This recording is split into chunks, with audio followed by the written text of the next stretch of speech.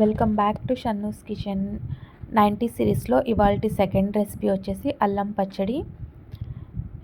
ఇడ్లీలో కానీ దోశలో కానీ సైడ్ డిష్ లాగా చాలా బాగా యూజ్ అవుతుంది. టేస్ట్ కూడా చాలా బాగుంటుంది. ఇది ప్రిపేర్ చేసుకోవడానికి ఈక్వల్ క్వాంటిటీలో చింతపండు, బెల్లం, అల్లం అనేవి ఈక్వల్ క్వాంటిటీలో తీసుకోవాలి. అప్పుడే మనకి ఈ అల్లం పచ్చడి అనేది పర్ఫెక్ట్గా వస్తుంది. ఈ మూడింటిని సరిసమానంగా తీసుకున్న తర్వాత ఫస్ట్ ఒక బౌల్ తీసుకొని చింతపండును ఆ బౌల్లో వేసి 1-2 సార్లు వాటర్తో బాగా క్లీన్ చేసుకొని ఇప్పుడు ఒక కప్పుతో 1.5 కప్ వరకు వాటర్ వేసుకొని చింతపండును బాగా బాయిల్ చేసుకోవాలి. గుజ్జులాగా అయ్యేంత వరకు బాయిల్ చేసుకోవాలి. ఇప్పుడు మరొక స్టవ్ మీద ప్యాన్ పెట్టుకొని అందులో 1 టీ స్పూన్ మెంతులు, 2 టీ స్పూన్ల ఆవాలు వేసుకొని దోరగా వేయించుకోవాలి. మరి ఎక్కువగా కాలకుండా లైట్గా వేయించుకోవాలి. ఈ విధంగా వేయించుకొని పక్కన పెట్టుకోవాలి. ఒక మిక్సింగ్ జార్లో వేసుకొని చల్లారాక పౌడర్ లాగా వేసుకొని పెట్టుకోవాలి. ఇప్పుడు అదే ప్యాన్లో కొంచెం ఆయిల్ వేసుకొని మనం ఆల్రెడీ శుభ్రంగా కడిగి కాసేపు ఫ్యాన్ గాలికి ఆరబెట్టి చిన్న ముక్కలుగా చేసి పెట్టుకున్న అల్లంని వేయించుకోవాలి. ఒక పక్క అయితే చింతపండు పేస్ట్ కూడా రెడీ అయిపోయింది. ఈ చింతపండు పేస్ట్ చల్లారేంత వరకు పక్కన పెట్టుకోవాలి. ఇప్పుడు మరొక వైపు ఈ అల్లం కూడా సన్నని మంట మీద వేయించుకోవాలి. కొంచెం రెడిష్ కలర్ వచ్చేంత వరకు వేయించుకోవాలి. అప్పుడే మనకి అల్లం పచ్చడి అనేది ఎక్కువ రోజు నిల్వ ఉంటుంది. ఈ విధంగా వేయించుకున్న తర్వాత ఒక బౌల్లో తీసేసుకోవాలి. ఇప్పుడు అదే ఆయిల్లో మరొక 3/4 కప్పు వరకు ఆయిల్ వేసుకోవాలి. ఈ విధంగా వీడియోలో చూపిస్తున్నట్టుగా ఒక 3/4 కప్పు వరకు ఆయిల్ వేసుకోవాలి. మనం తీసుకున్న 1 కప్పు అల్లంకి 3/4 కప్పు ఆయిల్ అయితే సరిపోతుంది.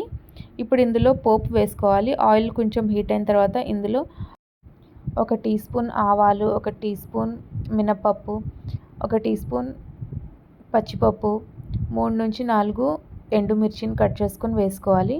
వీటన్నిటిని సన్నని మంట మీద దోరగా వేయించుకోవాలి. ఈ విధంగా వేయించుకునేటప్పుడే ఇందులో ఒక 5-6 వెల్లుల్లి రెబ్బల్ని దంచి వేసుకోండి. ఈ విధంగా దంచి వేసుకోవడం వల్ల ఫ్లేవర్ అనేది బాగుంటుంది. ఫైనల్గా కొంచెం కరివేపాకు కూడా వేసుకొని కరివేపాకు కూడా బాగా ఫ్రై అయిన తర్వాత స్టవ్ ఆఫ్ చేసేసుకొని ఈ పోపు మొత్తాన్ని చల్లారనివ్వాలి. చల్లారిన తర్వాత మాత్రమే మనం పచ్చడి ఇందులో వేసుకొని కలుపుకోవాలి. ఇలా ఫైనల్గా కొంచెం ఇంగువ కూడా వేసుకోండి. టేస్ట్ అయితే బాగుంటుంది. ఇప్పుడు 1 బై 1గా అన్నిటినీ గ్రైండ్ చేసుకోవాలి. ఫస్ట్ వచ్చేసి మెంతులు, ఆవాలని గ్రైండ్ చేసుకున్నాను. ఆ తర్వాత చింతపండు గుజ్జు చల్లారిన తర్వాత మిక్సింగ్ జార్లో వేసుకొని గ్రైండ్ చేసుకోవాలి. చింతపండు పేస్ట్ కూడా మంచిగా గ్రైండ్ చేసుకున్న తర్వాత ఇప్పుడైతే ఉప్పు, కారం వేసుకోవాలి. ఇక్కడ నేను ఉప్పు వచ్చేసి 2.5 టేబుల్ స్పూన్స్ వేసాను మెజరింగ్ స్పూన్స్. కారం వచ్చేసి ఒక 5 టేబుల్ స్పూన్స్ వరకు వేసాను. ఉప్పు, కారం అనేది మీ టేస్ట్కి తగ్గట్టుగా అడ్జస్ట్ చేసుకోవచ్చు. ఒక గుప్పెడు పొట్టు తీసిన వెల్లుల్లి వేసాను. ఈ మొత్తాన్ని మంచిగా గ్రైండ్ చేసుకున్నాను. ఈ విధంగా గ్రైండ్ చేసుకున్న తర్వాత ఇప్పుడు ఇందులో మనం ఆల్రెడీ వేయించి పెట్టుకున్న అల్లం వేసుకోవాలి.